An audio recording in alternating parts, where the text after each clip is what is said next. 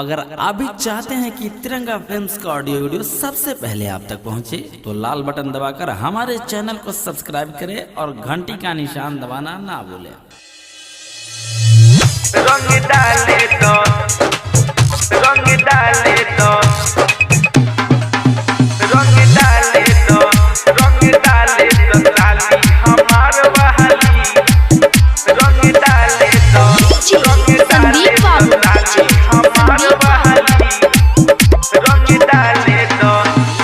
होलिया में ले ले बानी बड़ पिचकारी डालब रंग साली हम पार पारी होलिया में ले ले बानी बड़ पिचकारी डालब रंग साली हम पार पारी बतिया न बुझ तू माँ जागवाली हो बतिया न बुझ तू माँ जागवाली रंग डाले दो रंग डाले दो रंग डाले दो साली हमार वाली रंग डाले दो पियर की फराक वाली रंग डाले दो साली हमार वाली संदीप बाबू संदीप रंग डाले तो रंग डाले तो रंग डाले तो लाली हमार बहाली रंग डाले तो रंग डाले तो लाली हमार बहाली रंग डाले तो होलिया में चोलिया के कोई देह बुलाल हो साचोन कहतानी होई ना बवाल हो होई ना बवाल हो होलिया में चोलिया के कोई देह बुलाल हो साचोन कहतानी होई ना बवाल हो सुना देहिया पर फेंकब नाही पाकी खाली हो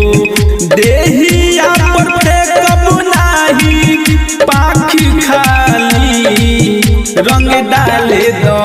रंग डाले दो रंग डाले दो साली हमार वाली रंग डाले दो पियर की फराक वाली रंग डाले दो साली हमार वाली संदीप बाबू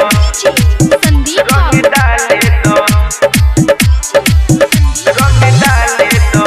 रंग डाले तो लाली हमार बहाली रंग डाले तो रंग डाले तो लाली हमार बहाली रंग डाले तो केतनो जे भगबू साली रूह झटक के आगवा से रंग डालबू हमहू पटक के हम पटक के केतनो जे भगबू साली रूह झटक के आगवा से रंग डालबू हमहू पटक के आ कहे छोटी का पवनवा तोहे डाली खाली कहे और अर्जुन दीवाना तोहे डाली खाली रंग डाले दो रंग डाले दो रंग डाले दो साली हमार वाली रंग डाले दो पियर की फराक वाली रंग डाले दो साली हमार वाली होलिया में ले ले बानी बड़ पिचकारी डालब रंग साली हम पार पारी बतिया न बुझ तू माँ जागवाली हो बतिया न बुझ तू माँ जागवाली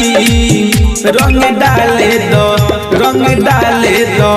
रंग डाले दो साली हमार वाली रंग डाले दो पियर की फराक वाली रंग डाले दो साली हमार वाली। म्यूजिक बाय तिरंगा फिल्म्स चकिया।